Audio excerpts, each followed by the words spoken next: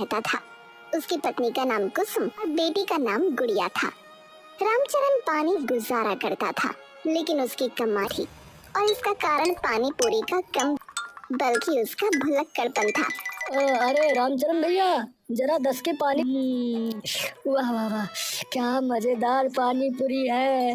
आपके जैसा पानी पूरी का पानी इस गांव में तो क्या आसपास के 10 गांव में भी नहीं बना होगा भैया। अरे अरे, इतनी प्रशंसा के लिए बहुत बहुत धन्यवाद भैया। वो कहते हैं ना कि स्वाद खाने में नहीं बल्कि खाने वाले की जीभ में होता है। हाँ, अरे ऐसा कुछ नहीं कहते हैं भाई, की जीभ में होता है। हाँ, अरे ऐसा बोला ये जाता है कि खूबसूरती देखने वालों की आंखों में होती है, ये जीभ में स्वाद होता है, ये होता है। कौन कहता है? अरे तो अगर खूबसूरती आंखों में हो सकती है तो स्वाद जीभ में क्यों नहीं हो सकता? बताओ रमेश, तुम तो बताओ। अरे क्यों नहीं। अरे और अगर नहीं भी होता है तो आज आपने कह दिया ना, तो आज से होने लगेगा। अरे ऐसे ही तो धीरे धीरे कहावतें बनती हैं भारत में, है? हाँ, बिल्कुल सही कहा भैया। तुम ही हो एक जो मेरी बात को समझते हो भाई। अरे तुम दोनों कुछ पागल वागल हो क्या, है? अपनी अपनी कहावतें बना रहे हो, है? खैर मुझे क्या, मुझे तो तुम पानी पूरी खिलाओ, फिर मैं यहाँ से जाऊं।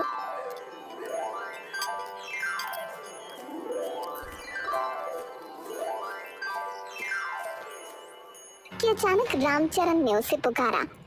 अरे ठहरो रमेश, अरे पैसे तो देते जाओ। क्या पैसे?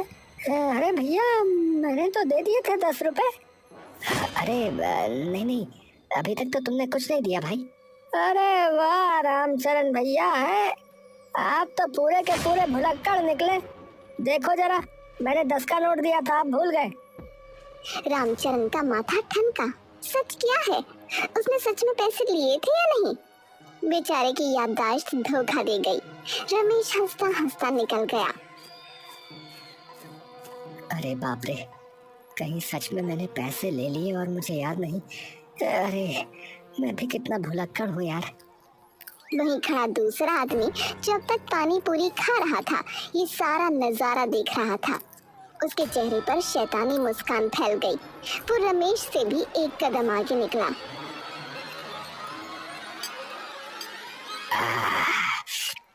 लो भैया, बहुत मजा आया भैया, वाह। और हाँ, मेरा 10 का नोट वापस करो, मैंने तो 20 का दिया था। 20 का? अरे मुझे तो याद ही नहीं। हाँ भाई, अब याद कर लो। 10 की पानी पूरी खाई तो 10 मेरे वापस करो। बेचारा रामचरण फिर से उलझन में पड़ गया। डरते डरते उसने जेब से 10 का नोट निकालकर आदमी को थमा दिया। मतलब पानी पूरी खिलाई भी और ऊपर से अपने पैसे भी दे दिए। हे भगवान, मुझे तो कुछ याद ही नहीं रहता। इस दिमाग का तो क्या करूं मैं? एक दिन मेरा सत्यानाश न कर दे ये। इसी तरह दिन गुजरते गए। रामचरण का ठेला तो खूब चलता, लेकिन घर में 1 रुपया भी न टिकता। उसकी भुलक्कड़ दिमागी हालत का शिकार पूरा परिवार था। एक दिन की बात है, रामचरण शाम को पानी पूरी बेचकर लौट रहा था। उस दिन वो अपना ही घर भूल गया और अपने घर की जगह पड़ोसी गोपाल के आंगन में घुस गया। अरे ओ रामचरण, हमारे घर में क्या कर रहे हो? अरे ये मेरा घर नहीं है क्या?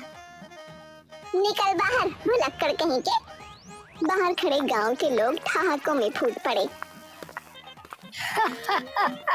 अरे देखो देखो, रामचरण जो है अपना घर तक भूल गया भैया।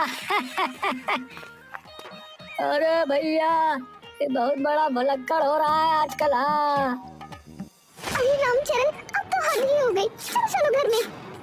वो उसका हाथ पकड़कर खींचते हुए अंदर ले गई। अपना इलाज करवाओ, वरना एक दिन बहुत पिटोगे किसी के हाथों। अरे मैं पता नहीं कैसे। अरे अब छोड़ो ऐसे वैसे, चलो खाने बैठो। यूं ही दिन गुजर रहे थे।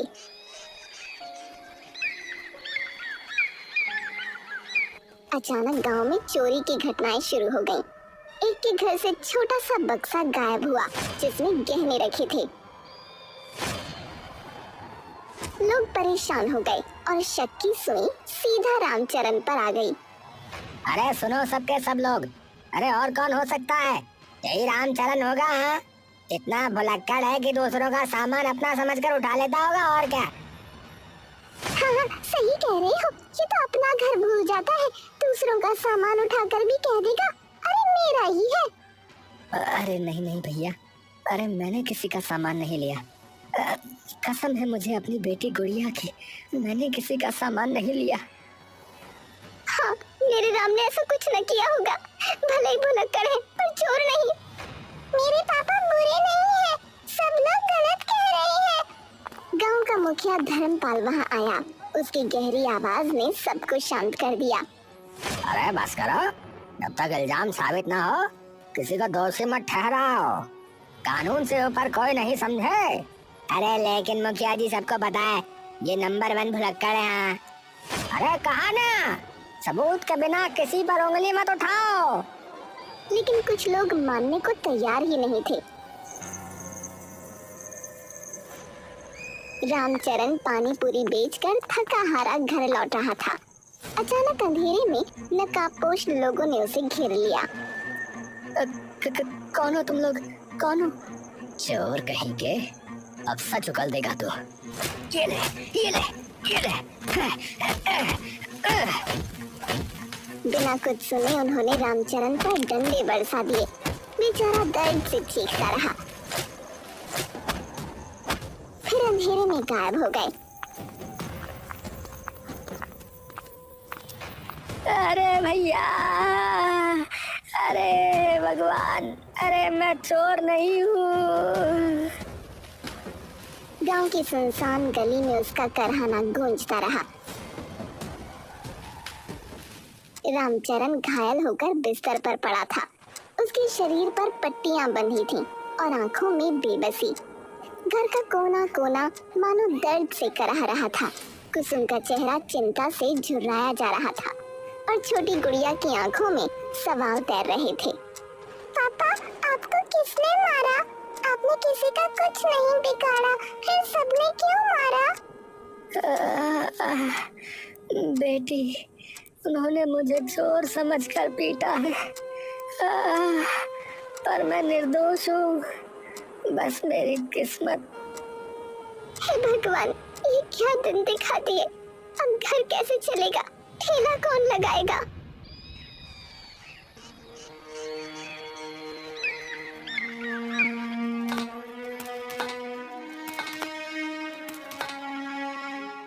माँ जी, मेरा नाम भोला राम है। जरा 2 रोटी मिल जाती तो कृपा होती। कई दिन से पेट खाली है। हम पर पहले ही मुसीबतों का पहाड़ टूट पड़ा है और तू भीख मांगने चला आया है। जा यहाँ से। गुस्सा मत करिए। अगर आप इजाजत दें तो क्या मैं आपकी कुछ मदद कर सकता हूँ? तू? अरे तू खुद एक भिखारी है, हमारी मदद क्या करेगा? हाँ हाँ, मैं भिखारी हूँ और देखो ना, लंगड़ा भी, लेकिन हाथ पांव जो चल रहे हैं, काम करने की ताकत अब भी है। आप पानी पूरी बेचते हो ना, मुझे ठेला दे दीजिए, मैं बेचूंगा। बस मुनाफे से थोड़ा हिस्सा मुझे दे देना। कहीं हमारा ठेला लेकर न भाग जाए। अरे कुसुम, हमारे पास कोई और रास्ता नहीं है। घर तो चलाना ही होगा। ये तुम लंगड़ा है, ठेला कैसे चलाएगा? अब मैं चलूंगा नहीं, बस एक जगह खड़ा रहूंगा। लोग खुद आएंगे और पैसे लाना मेरी बात है, वो आ जाएंगे। बहुत सोच विचार के बाद आखिरकार कुसुम ने मजबूरी में हामी भर दी।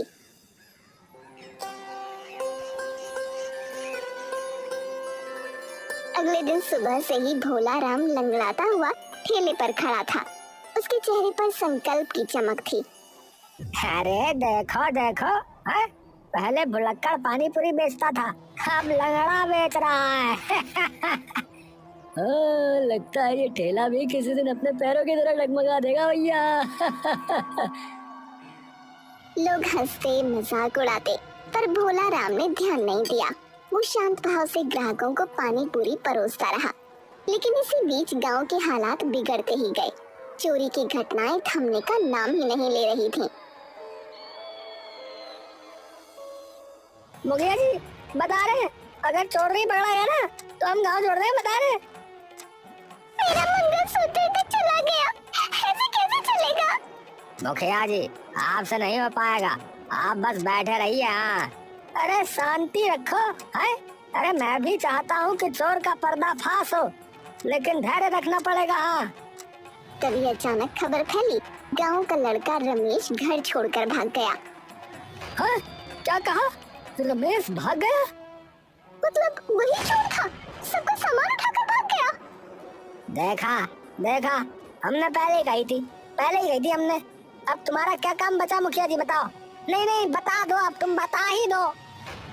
अरे हे भगवान, अरे कहीं सचमुच अब क्या होगा? गांव में कोहराम मच गया। लोग रमेश को कोसने लगे। गांव वालों का गुस्सा मुखिया पर भी टूट पड़ा। इसी बीच भोला राम की तेज आवाज गूंजी। अरे रमेश चोर नहीं था, चोर कोई और है। अरे क्या बोला जा रहा है? झूठ बोल रहा है तू। अरे कौन ले गया हमारा सामान, बता। तू ही बता दे फिर कौन है भैया चोर, बता दे। मुझे ये तो नहीं पता कि चोर कौन है, पर रमेश का असली राज मैं बताता हूँ। वो किसी का सामान लेकर नहीं भागा, वो तो जो है अपनी मोहब्बत के साथ भागा है। मोहब्बत? कौन मोहब्बत? अरे वो गांव के ही गोपाल की बेटी इमली। अरे भैया ये सच कह रहा भैया, मैं ये बात छुपाना चाहता था, पर आज पता चला भैया कि राज भला कहाँ छुपते हैं। हमारी नाक कटवा दी उसने। ये सुनते ही चौपाल पर सन्नाटा छा गया। हर कोई एक दूसरे का चेहरा देखने लगा। अरे मतलब चोरी वोरी नहीं, मतलब ये तो प्यार मोहब्बत वाली कहानी चल रही भैया है। कुछ होता वाली कहानी चल रही है, शाहरुख और काजोल वाली है। हे भगवान, ये तो कोई और ही बात निकल आई। हाँ, तो इसका मतलब असली चोर अब भी गांव में ही है और हम सब बेवजह रमेश को कोस रहे थे, बताओ। पर भोला राम, तुमको इतना सब कैसे पता चला? अरे हाँ भोला राम, तू इतना बड़ा राज कैसे जान गया रे? कहीं तो भी हाँ, कहीं तूने तो लोगों को नहीं भगवाया? अरे भैया गलत मत समझो, सच्चाई ये है कि रमेश और इमली अक्सर मेरे पानी पूरी के ठेले पर आते थे। वहीं मैंने उनकी बातें सुन ली थी भैया।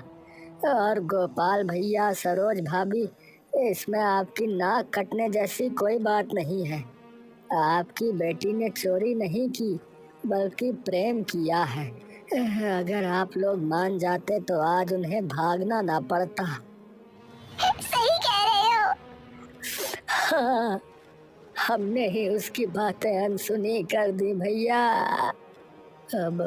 अब अगर उसका फोन आए तो गुस्से से नहीं बल्कि प्यार से बुलाइएगा, तब देखना वो खुद लौट आएंगे। हाँ। गोपाल और सरोज उसकी बात सुनकर चुपचाप सर झुकाए वहां से चले गए। भीड़ छट गई, लेकिन सवाल वही का वही रह गया। आखिर चोर है कौन?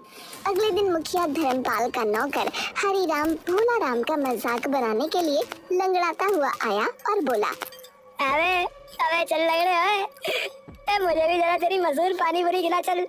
भाई मजाक ना उड़ाओ, बैठो मैं खिलाता हूँ। हरिराम पानी पूरी खाने लगा।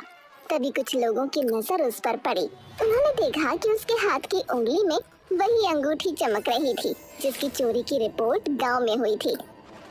भैया, मोरी मैया, जरा देख रहे, ये अंगूठी तो उसी चोरी वाली अंगूठी से नहीं मिल रही है। साले को पकड़ो, इस हरामी को। यही है असली चोर, यही है रे। पकड़ हरिया पकड़। भीड़ ने हरीराम को घेर लिया। अबे पागलो रुक जाओ, ए भाई रुक जाओ भाई। अरे अब बोल, अरे कहाँ छिपा रखा है बाकी सामान, बोल बोल। अरे भैया, मैं चोर नहीं भाई, ये अंगूठी मुखिया धर्मपाल ने मुझे दी तोहफे में। भाई मैं चोर नहीं हूँ। भाई मारो भाई। तोहफे में? अरे झूठ बोलता है, झूठ बोलता है। तोड़ खपड़िया तोड़ साले की है, खपड़िया तोड़, ईंट मार। अरे बस करो। अरे बिना सुने मारना बंद करो। अगर हरीराम कह रहा है कि अंगूठी उसे मुखिया ने दी है तो पूछ लो ना मुखिया से। ए भैया सुन ले, अगर झूठा निकला तो यही गाड़ देंगे, बता रहे तुझे। हाँ यही गाड़ देंगे, हाँ यही कब्र बना देंगे तेरी, बता रहे। भैया पूछ लो भैया, मैं झूठा थोड़ी हूँ, मैं झूठ नहीं बोल रहा। ये अंगूठी मैंने चोरी नहीं की, मुखिया जी ने मुझे दी है। पूरे गांव में हंगामा मचा हुआ था।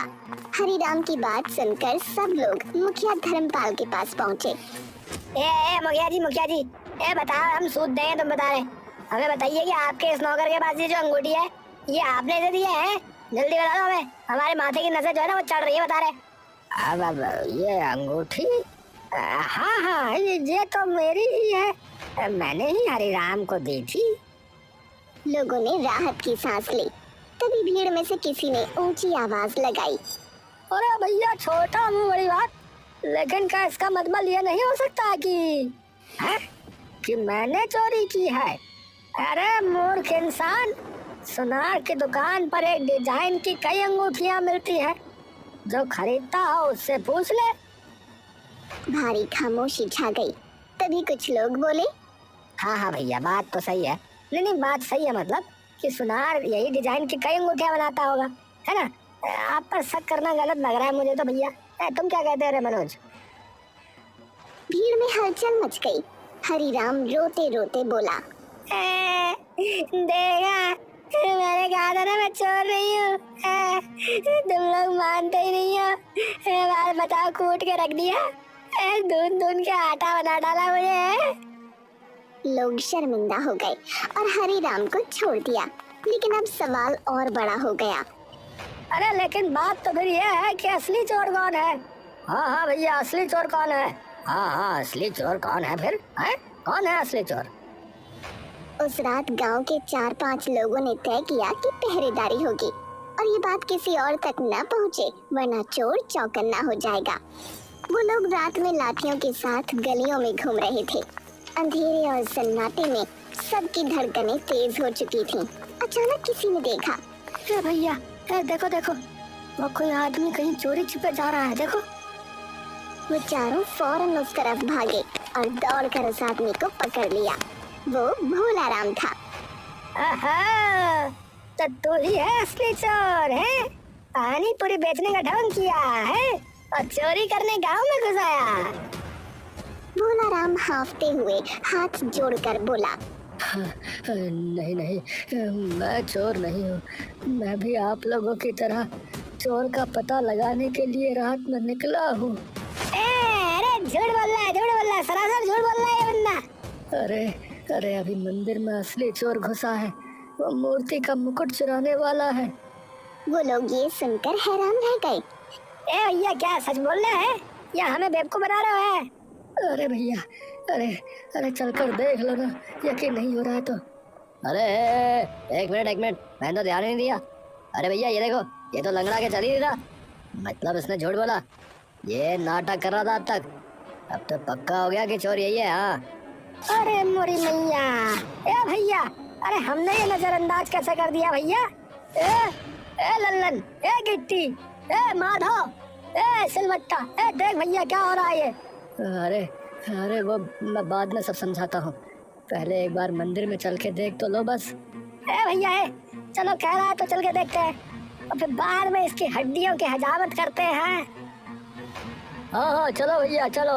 हाँ चलो भैया, देख लेते हैं क्या हो रहा है। सब लोग मशालें लेकर मंदिर की ओर दौड़े। जैसे ही दरवाजा खोला गया, अंदर का दृश्य देखकर सबकी आंखें फटी की फटी रह गईं। कोई था जो सोने का मुकुट उठाकर भाग रहा था। उन लोगों ने फौरन उसे पकड़ा और उसका नकाब हटाया। वो कोई और नहीं बल्कि खुद मुखिया धर्मपाल था। अरे धर्मपाल, अरे तू, अरे तुम लोग यहाँ कैसे कैसे आए? वो लोग उसे पकड़कर बाहर लाए। चीख पुकार से सारा गांव जमा हो गया। मुखिया तुम और चोर? मैं ही हूँ। मेरी संपत्ति मेरे जुए की आदत में जा रही थी, इसीलिए मैंने ये किया है। हाँ, जुआ? हाँ बताओ। अरे कौन मेरा कोई कुछ बिगाड़ सकता है? अरे मैं इस गांव का मुखिया हूँ भाई। तभी अचानक भोला राम ऊंची आवाज में बोला, तेरा खेल खत्म है धर्मपाल। मैं कोई लंगड़ा पानी पूरी वाला नहीं, बल्कि under cover police inspector Vijay Singh हूँ। इंस्पेक्टर? ए भैया, पुलिस वो आया क्या? अरे इंस्पेक्टर साहब। अरे इंस्पेक्टर साहब। हाँ, मुझे पहले से खबर थी कि इस गांव में चोरी की घटनाओं के पीछे कोई बड़ा गुनहगार है, इसीलिए मैंने लंगड़ा बनकर यहाँ डेरा डाला। और देखो, आज असली अपराधी सामने है। धर्मपाल गुस्से में दांत पीसता रह गया। उसी समय चौपाल की ओर से आवाज आई। रामचरण अपनी पत्नी कुसुम के साथ वहां पहुंचा। अब वो स्वस्थ था। देखा, मुझे बेवजह चोर समझा गया, मेरी इज्जत मिट्टी में मिल गई। रामचरण, इसी वजह से मैंने पानी पूरी बेचते हुए तुम्हारी सहायता की, वरना मैं किसी और तरीके से भी गांव पर नजर रख सकता था। तुम्हें बेकार की सजा मिली, पर अब न्याय मिलेगा। मैं तुम्हें मुआवजा दिलवाऊंगा। अरे राम, अनजाने में कैसे कैसे पाप हो गए हमसे भैया। अरे ए रामचरण, ए भैया माफ कर दो भैया, हमको भी, सब गांव वालों को माफ कर दो भैया। हाँ भैया माफ कर दो। हाँ भैया माफ कर दो हमें भी। हाँ भैया माफ कर दो, मैंने उस दिन तुम्हें सूद दिया था। कोई बात नहीं, कोई बात नहीं। अब मैं फिर से अपना पानी पूरी का ठेला लगाऊंगा। अब मैं पूरी तरह से ठीक हो गया हूँ। और मैं भी तुम्हारे साथ रहूंगी हर मुश्किल में। इंस्पेक्टर ने सबको सलाम किया और मुखिया को लेकर